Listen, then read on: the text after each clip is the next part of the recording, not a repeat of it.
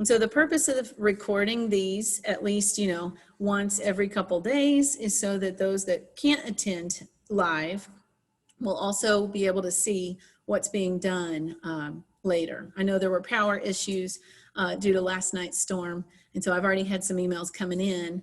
They can't access it till maybe this afternoon. So with that, you see today, synchronous time right now. I'm gonna go in and get our 50-minute timer going. And so today we're going to work in the packet. My goal is pages 1 through 4. And it's really been hit or miss how many pages we get done. And so whatever we don't get done, I would ask that asynchronous time, you continue that practice. Now we haven't posted a key yet, but just give it a try. Use pencil so that you can erase if you make mistakes.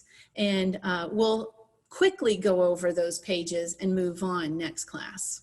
And then also, whether you call it homework or async time, you know, maybe there's not much to do in the packet left, that graph matching interactive, it's an assignment and it's got hyperlinks inside of that canvas. And there's actually a PDF if you want to pull it up so that you see all the graphs that you're matching. And then you're going to click on the hyperlink for the interactive, and it's going to show you a short video of a car with a particular motion. And you're going to say, oh, it looks like this would be the graph to match its motion. But here's my warning, read your axes, because half the graphs are position and half are velocity. And there's 11 videos and 11 graphs, and it's not like 2 graphs are correct for 1 video. So that would be my tip. Wednesday, we'll have more practice during synchronous time. There will be a practice quiz for you because Friday is our first quiz, all right? More details on Wednesday coming up. So now I'm gonna share my OneNote screen.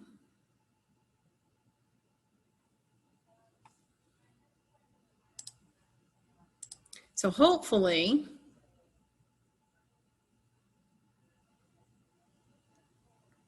hold on, I'm gonna stop share for a second, kind of start over. What do y'all see? Someone chime in. I see the document from the notes, Okay. The previous day notes. Okay, so you don't see the agenda anymore? No. Okay, so now, and I'm running 2 computers, so bear with me. Now on your screen, you should see what I call the desktop app for OneNote, and it's a position versus time graph. So if you will check last Friday's Canvas announcement, it gives you a click sheet and directions on how to download free through your district portal, the OneNote, actually the Office suite, which includes OneNote. And so again, if you don't have it, everything I'm gonna write today should appear when you are able to access it. And so I do wanna point something out. In the content library, I have some directions that when using the desktop app, you can follow these steps, and the right side will show you kind of a screen. That's how you can get the topic folders. And so if you think about a binder with all the tabs, the goal is that over the course of the semester and year, you're going to have different unit tabs across the top. And so you actually have to right click on those tabs and then move or copy from my content library, which you can't write on, but I can. But you'll copy these tabs into your class notes. And that's the picture on the right. And so it's going to show you all the different levels. And so whenever you say move or copy, down below, you'll find your name, hit the plus, and it's going to say you have a class notes tab. And so you'll click that and it should be in yours. Now it does take a few minutes, and I've learned to be patient with OneNote. And so just, when I say a few minutes, it's a few minutes. It should occur after a few minutes, okay? Okay, and so now getting into the kinematics, I'm gonna start our practice. And so page 1 has a position versus time graph. And even though the axes aren't labeled, here, just get used to it. In physics, our graph titles are a Y versus X format. And so it's not that time is always on the x-axis, meaning the whole year, but pretty much in unit 1, we plot things against time on the x. So it's a position on the y, time on the x. And we want to put our units. So the SI unit for time, as you have learned since the videos, is seconds. Now, here's where it gets a little confusing. On the y-axis, I want to put the variable for position. In physics, our variable for position is a y. No, gosh, is an x. Hold on. Okay. I already messed up. It's an x on the y-axis. I'm not saying that's the x-axis. I'm saying it's position on the y-axis with an SI unit of meters. And if you notice, this isn't just a quadrant 1 graph, it's quadrant 1 and quadrant 4. And so there's some things, before we even get to the questions, I encourage you, and this is what the interactive is going to have you do. Think about the motion. What's the story behind this graph? And so when the timer begins at t equals 0, you can see we are already at 4 meters. 4 meters from what? Okay, and so a lot of times you need to identify your reference point. Okay, what are all these measurements measured from? And so I'm going to go to that 0, and if you were in the classroom with me, I would put a Post-it on the floor and say, there's my reference point. Okay, so I wrote the word Post-it there. So I'm starting 4 meters from the Post-it. Well, in physics, I can see positive and negative used in this graph. Typically positive means right. That's standard sign convention. It doesn't have to be this way. In fact, you will see problems that say, you know what, most of the motion is left. How about let's make left positive? And it'll simplify your work. But classic sign convention here, day 1, basically, I'm going to say to the right is positive. Meaning, you know, later on when we're in the negative region, we'll call that left. Okay, so our initial position, we are 4 meters to the right of the Post-it. Semisecond later, what are we doing? Well, it looks like half a second later, we're at 3 meters. Well, that's less than 4. And so we're moving in the negative direction. We're becoming less positive as time goes on. And so that's how we know we are moving in the negative direction, okay? So even though we have a positive position, we're moving in the negative direction. And then at 2 seconds, what do we see? We're walking over that Post-it because I have a position of 0, and that's where the Post-it is. And we don't stop there. We keep going past. And so now, 2 to 3 seconds, we're to the left of the Post-it, but notice our numbers, our position is becoming more negative. -1, -2. And so in 2 to 3 seconds, we're still moving in the negative direction. So first little lesson here, we read the graph to read position.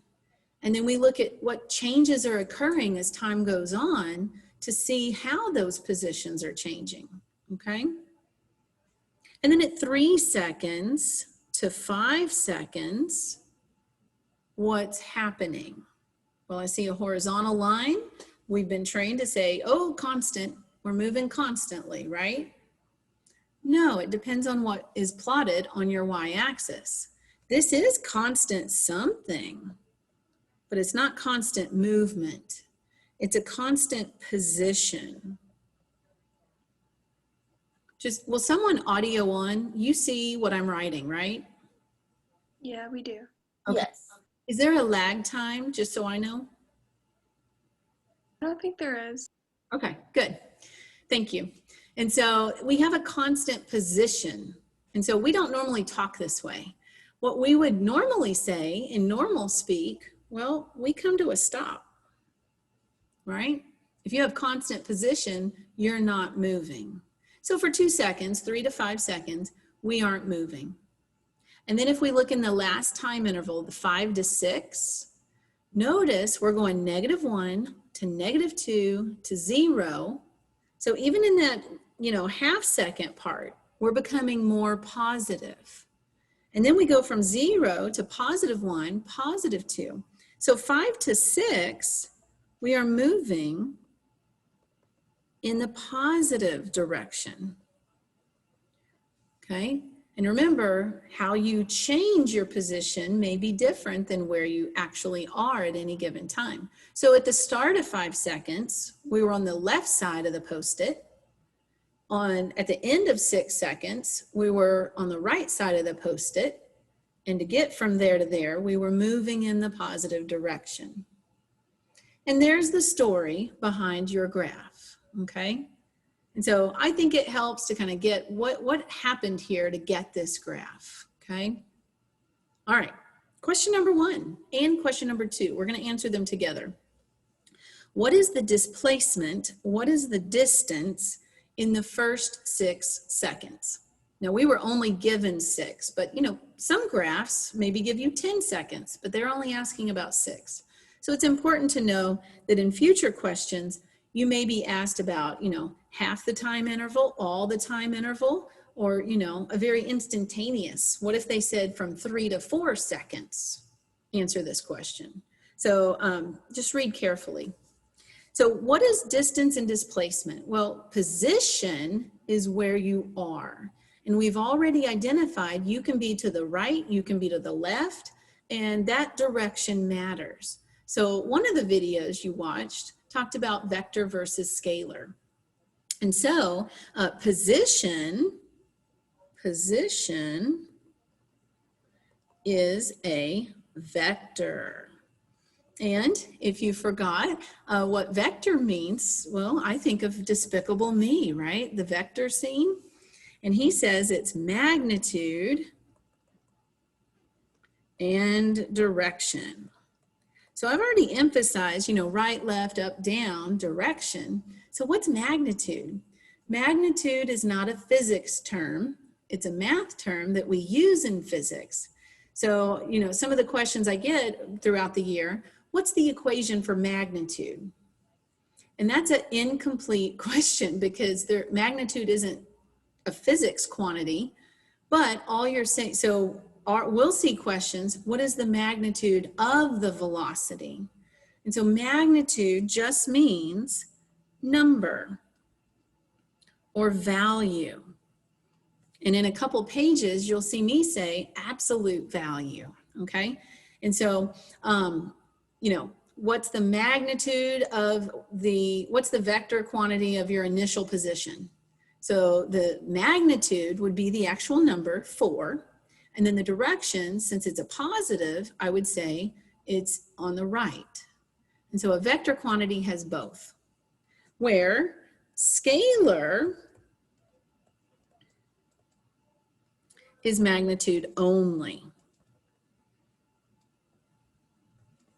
And so time is a #1 example of scalar. As much as Hollywood tells us we can go back to the future or back in time, we can't.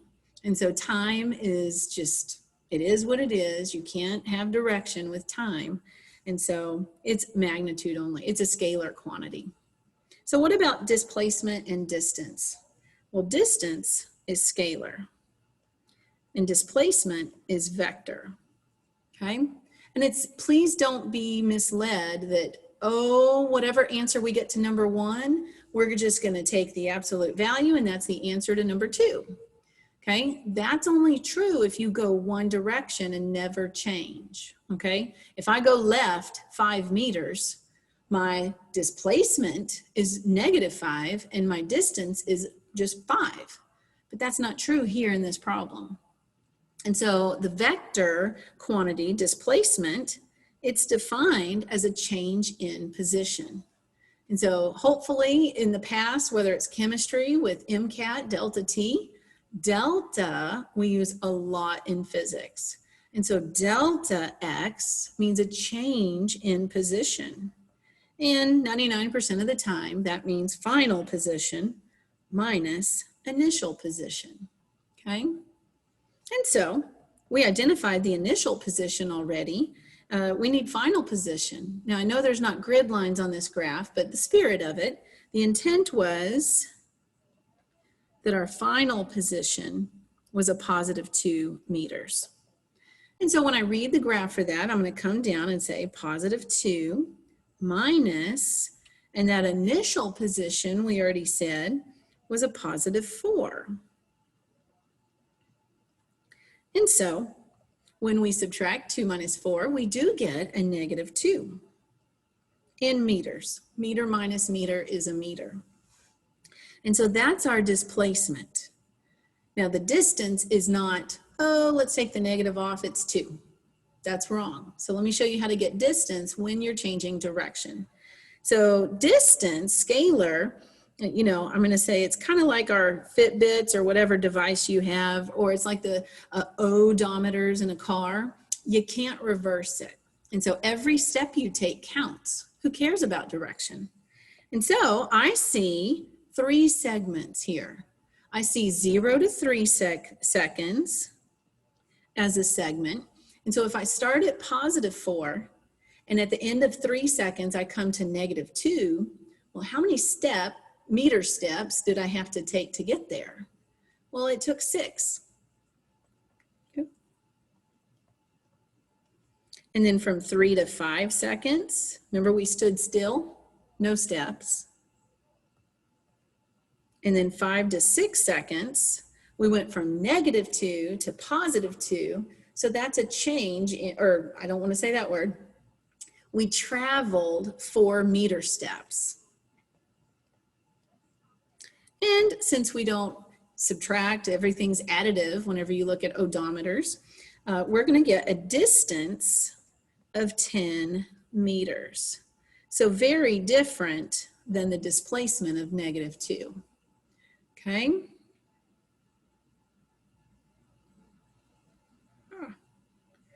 And then we come to 3 and 4. And again, I'm going to kind of answer them together.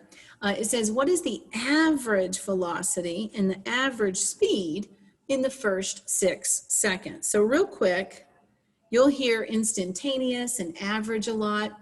Instantaneous would be like, well, what is the velocity or speed when it's at 1 second? Okay, and we haven't got there. There's a strategy on how to do that. But average just is indicating a large amount of time. And even though 6 seconds is real quick, in this graph, it's the whole entire thing. And so average is just talking about the big picture. Well, this is a position graph. They didn't give us any velocity. So we're going to go to our defining equations.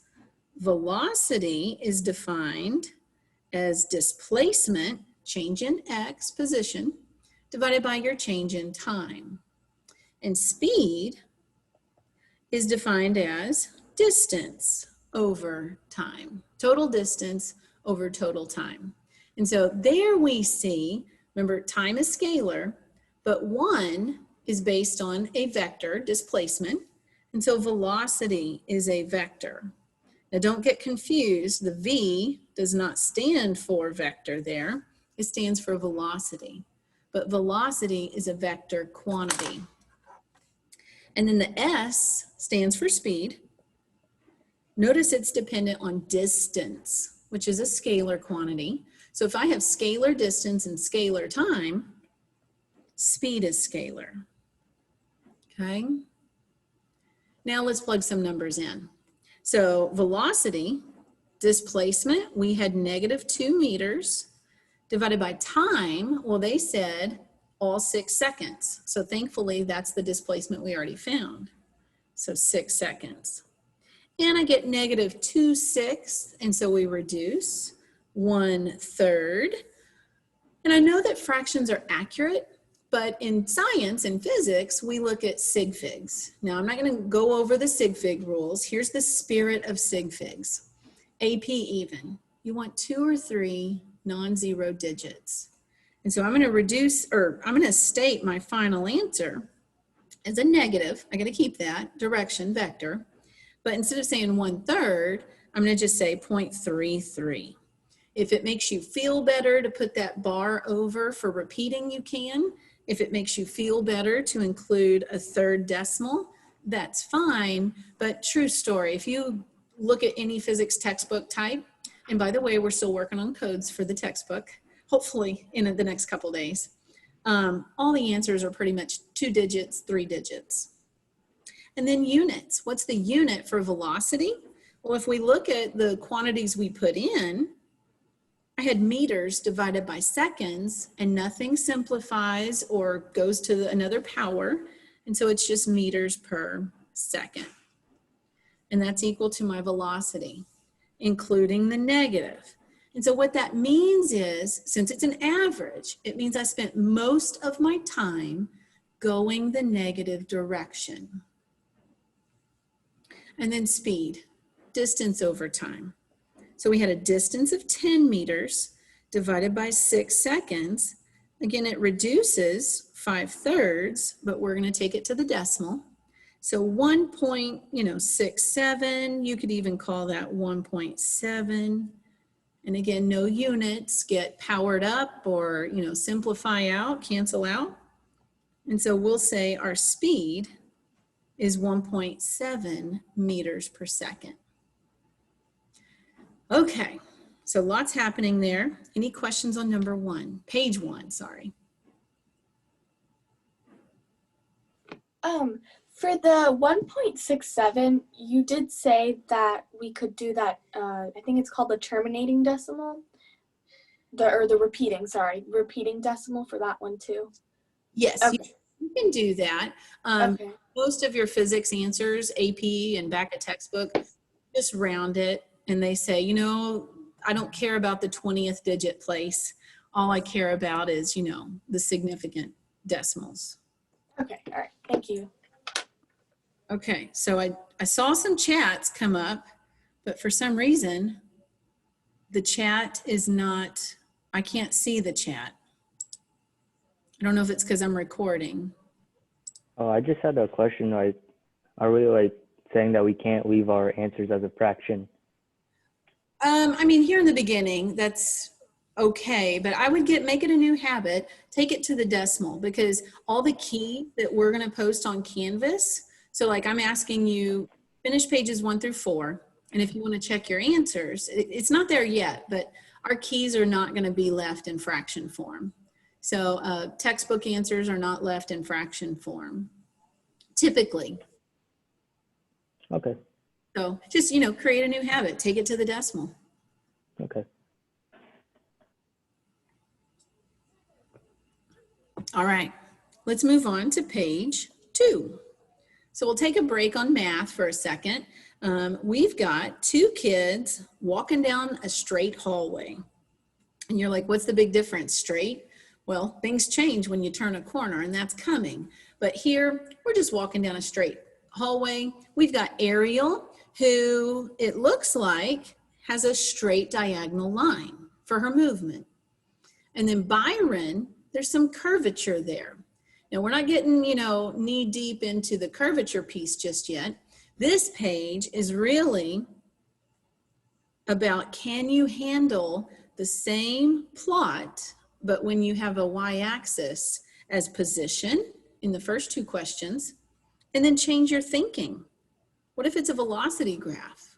And so we just did a position graph. So hopefully A and B make sense a little quicker.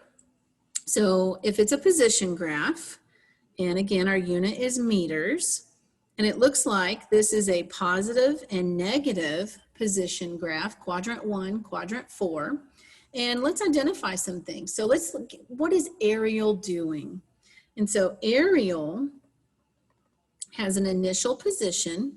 It looks like -3, and we'll just call it meters, okay?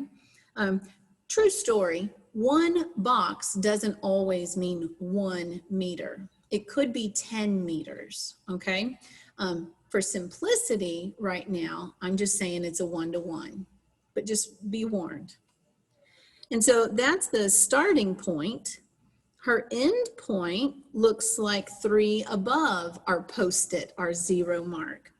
And so our final is a positive 3.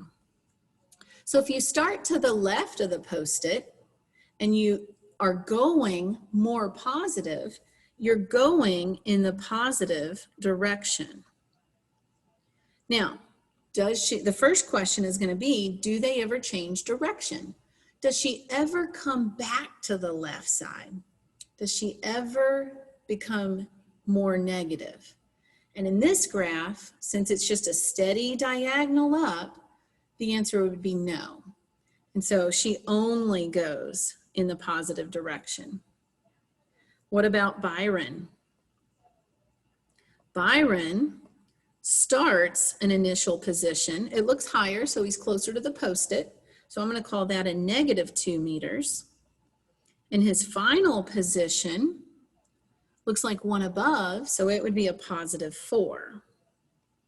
And so he became more positive. Now the curve, right now, all you need to know about that curve on a position graph, maybe in the first couple seconds, he's just baby stepping, a little baby shuffle. And then it takes bigger steps and bigger steps and bigger steps, okay? And if we were in class together, I would actually walk this and demonstrate baby step to big steps. But notice it always goes more positive. And so he is moving in the positive direction only. And so, does either one of them ever change direction? And so I've already kind of given evidence. I'm interpreting the graph, but I'm going to say no, and then always make sure you justify or explain, okay? And so no, both students only move from the negative positions to positive positions.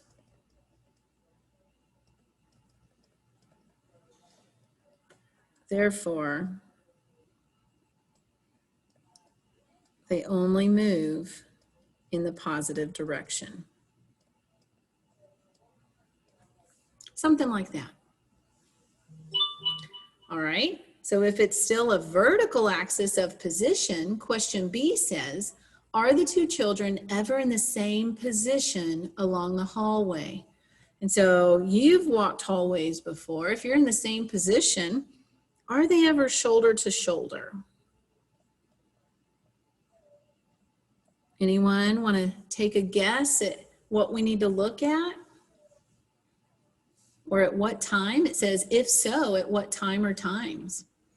Where the two lines cross? Yes. Okay. Yes, they do. The lines, the position lines, cross at, and it looks like here and there, so estimated timing at 2 seconds and 9 seconds. And so at those points, yeah, they might be going different speeds, different pacing. One's, taking normal steps and Byron's doing baby steps, but they're at the same position, okay? All right. Now to C and D, and I'm going to change color just because I don't want to erase what's on the graph. I want to add to or change. And so I'm just going to change color right there. And so C and D both say, what if it's a velocity graph? Do either children ever change direction? And do they ever have the same velocity? And so do they ever change direction? So let's talk about this now. So velocity, this is similar to speed, right?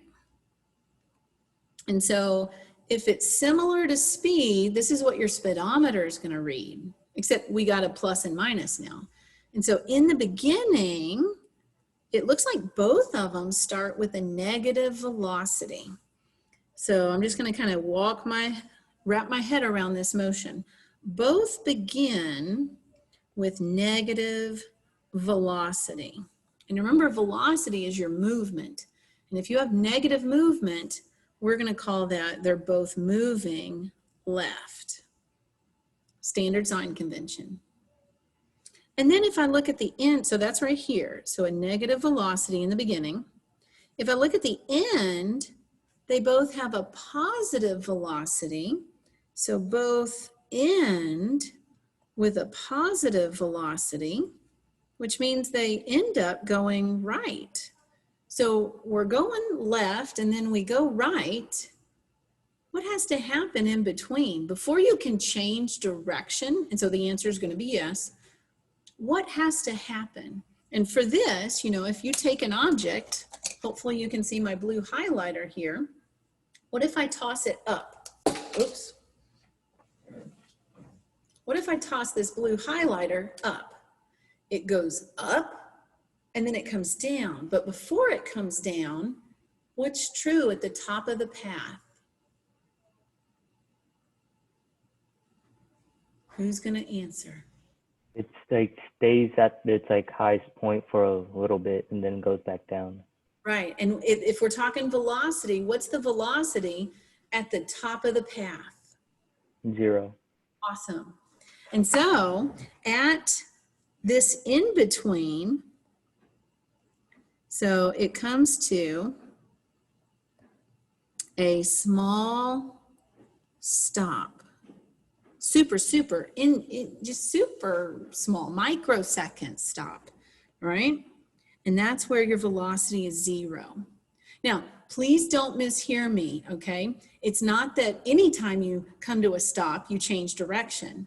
And so an example of when you don't, if you go through the drive-through, you move forward, you stop, you get your food, and you don't put it in reverse, you keep going forward.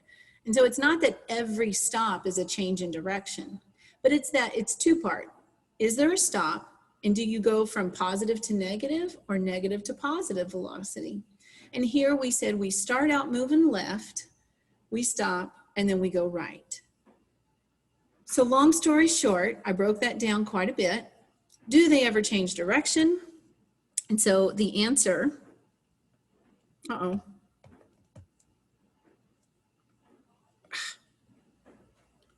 on.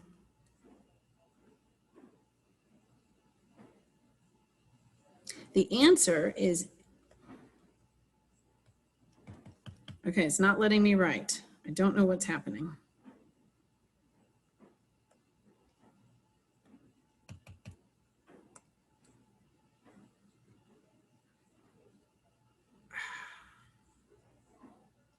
Okay. Of course, technology would fail when I am trying to write. So the nice part, if you saw what I did about OneNote, my stylus, I guess, quit working. I don't know. But there's a draw with touch that's in the middle of the top screen.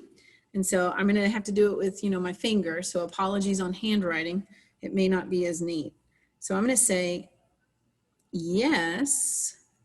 Okay. They do change direction. And so I'm going to scroll back up to the top. And what time or times do they change direction? So you want to see at what point do they stop, and it's a good middle part of that right-left change. And notice they're going to be at different times. So I got to make sure I'm clear in my writing who and at what time. So Ariel crosses the axis at 5 seconds. And so Ariel is going to be, I apologize.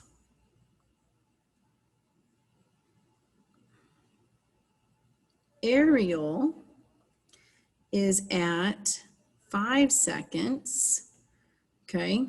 And Byron is at, in art of estimation, it's not exactly 6, it's not exactly 7, so I'm going to say it's 6.5 seconds, okay? And, you know, my explanation, it's all this stuff, okay? And then part D, still a velocity graph. Do they ever have the same velocity? So if it's a velocity graph and the question's asking about velocity, just like we did before. You're just gonna read the graph.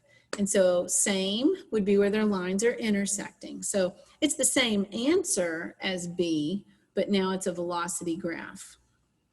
So yes, the velocity,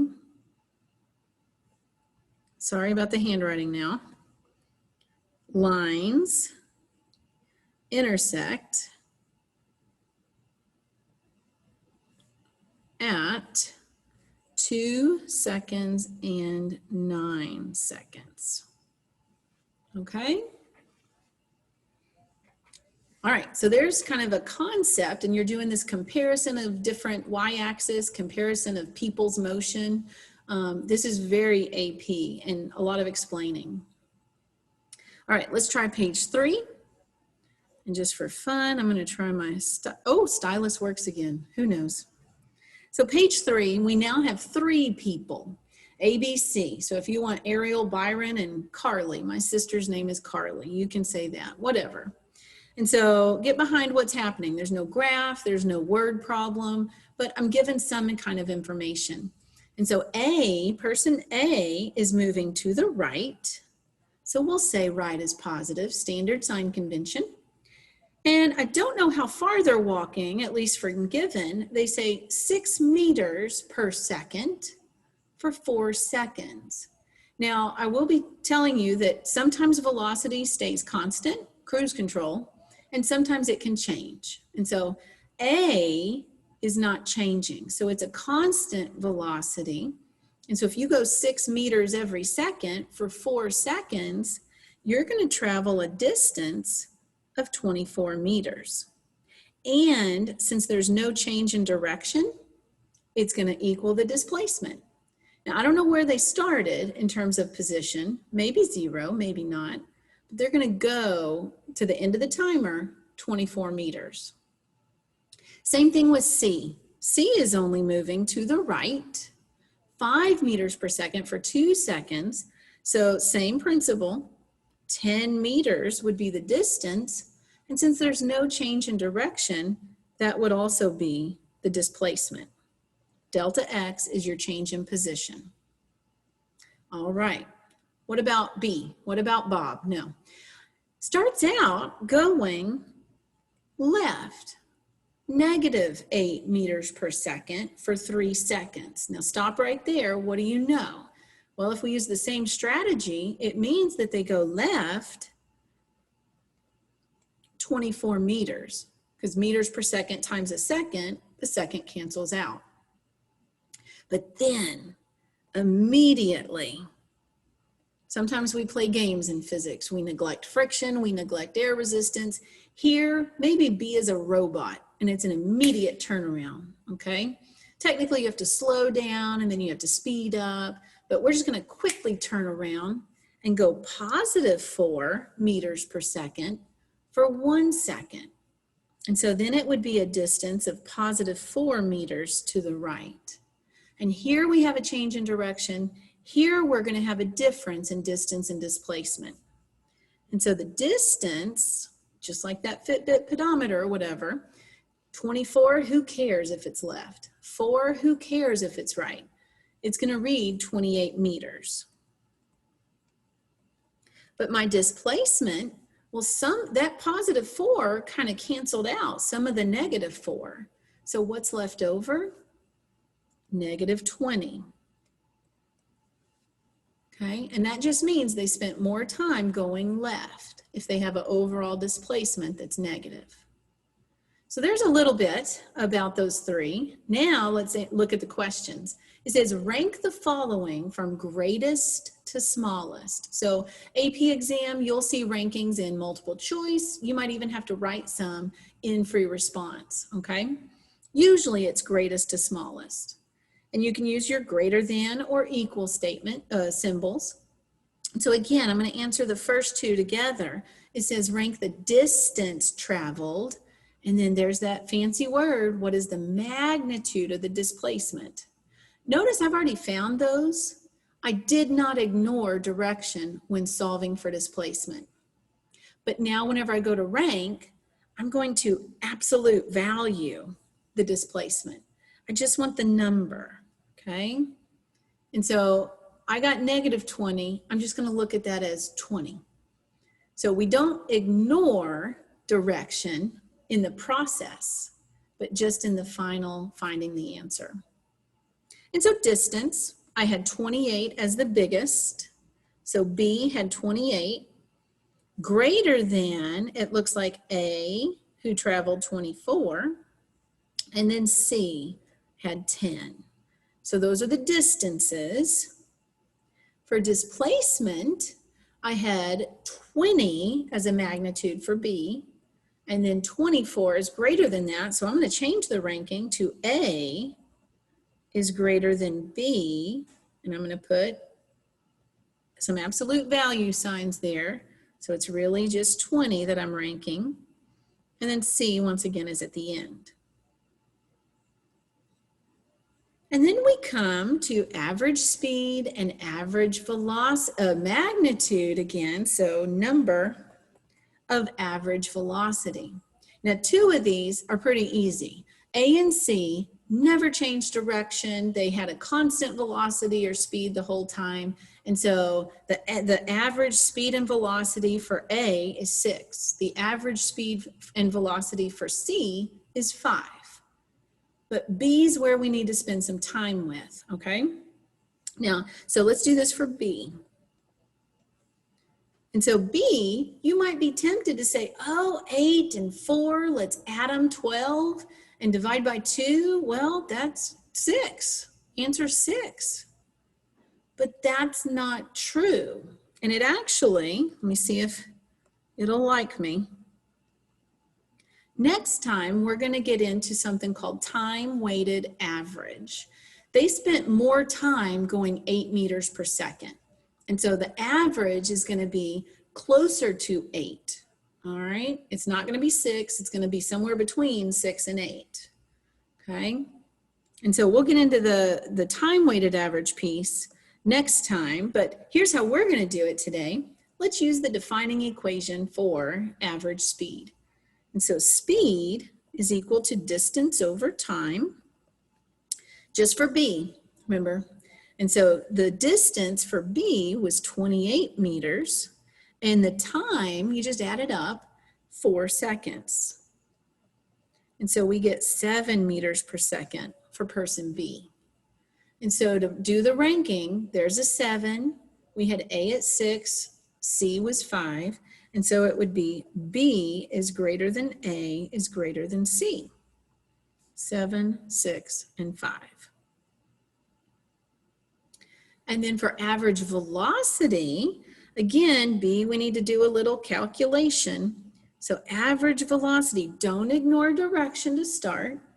It's based on displacement in time. The displacement of B was a negative 20 divided by that 4 seconds. And so we get a negative 5 meters per second. But since they said rank the magnitude, I'm going to absolute value that. And so now you'll see that our ranking is a little different. We have 5 that's equal to person C. And so it'd be A is greater than B equals C. And so 6, 5, and 5. Now, just a hint, with Canvas, having to type stuff into Canvas, typically we'll add one more direction to that. For equalities, put them in alphabetical order. So that's why I said B is equal to C. True story, if you said C is equal to B, it's still correct, but get in the habit of putting those equalities in alphabetical order. Any questions on this page?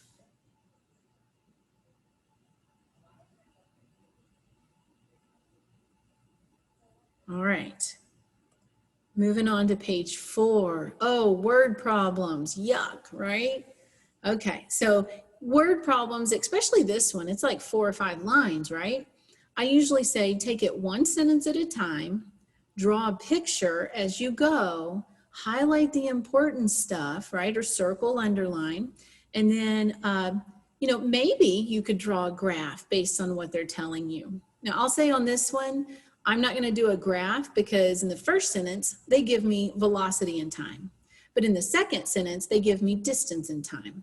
So you can't mix and match your data on the same graph. So you could start two separate graphs, but here I'm going to do what's kind of called a motion map, okay? And this is similar, not identical to the interactive you're going to do here in, 10 minutes or so. Instead of dots, I'm just going to use arrows. And so it says, a car drives 8 meters per second north direction. And we'll go with standard sign convention. So north versus south, up the page versus down the page. I'm going to call north positive.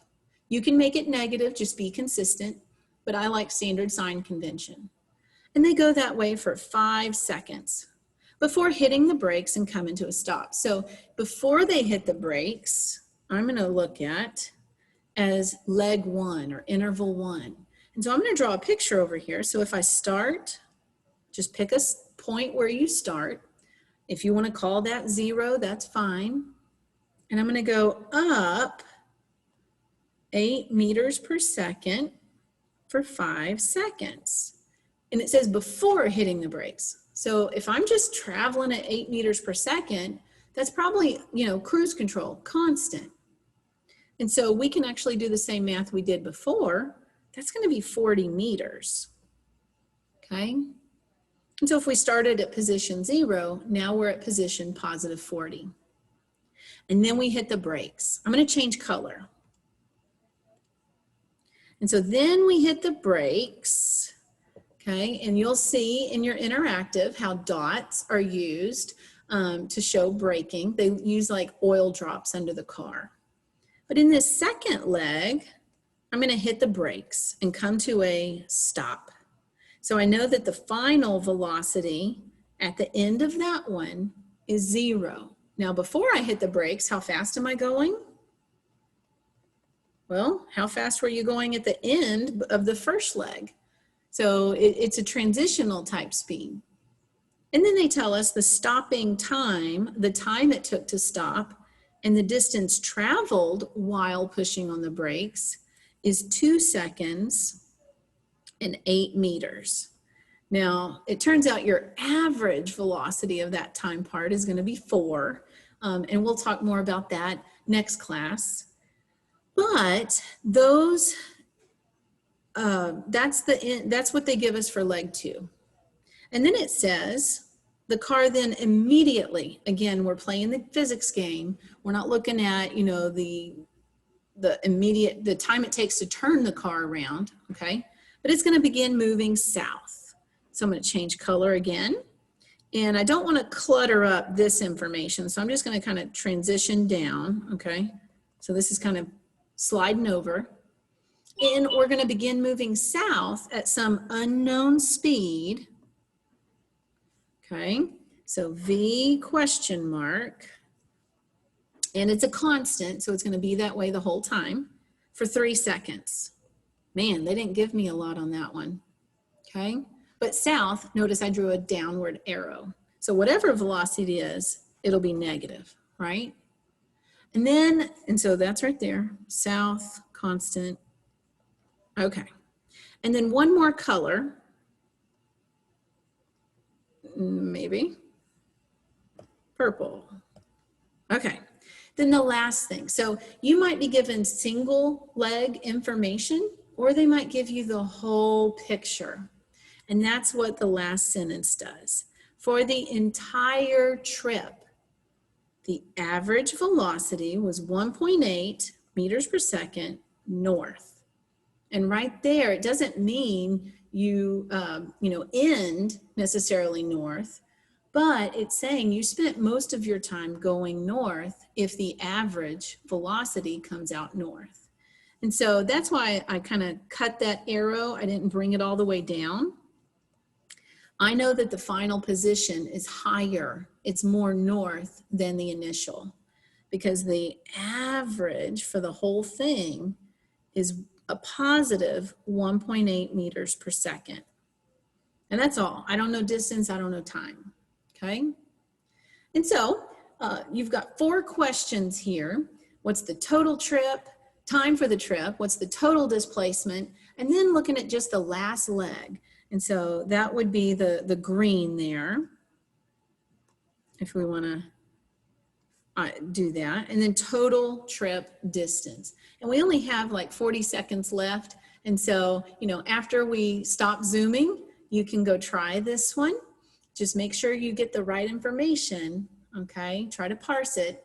If plan A, if you like, oh, I want to start with the red, okay? If that doesn't work to get you the answer, then switch gears. Look at, you know, blue, look at green, look at purple, okay? And so I'm going to let y'all try that one whenever we quit. And don't forget, you also want to do the physics classroom graph matching interactive. And so you can pull up those 11 graphs, watch the 11 videos, and match it. And it'll tell you if you're right or wrong. All right? And so that's going to be our synchronous lesson. And I'm going to stop recording.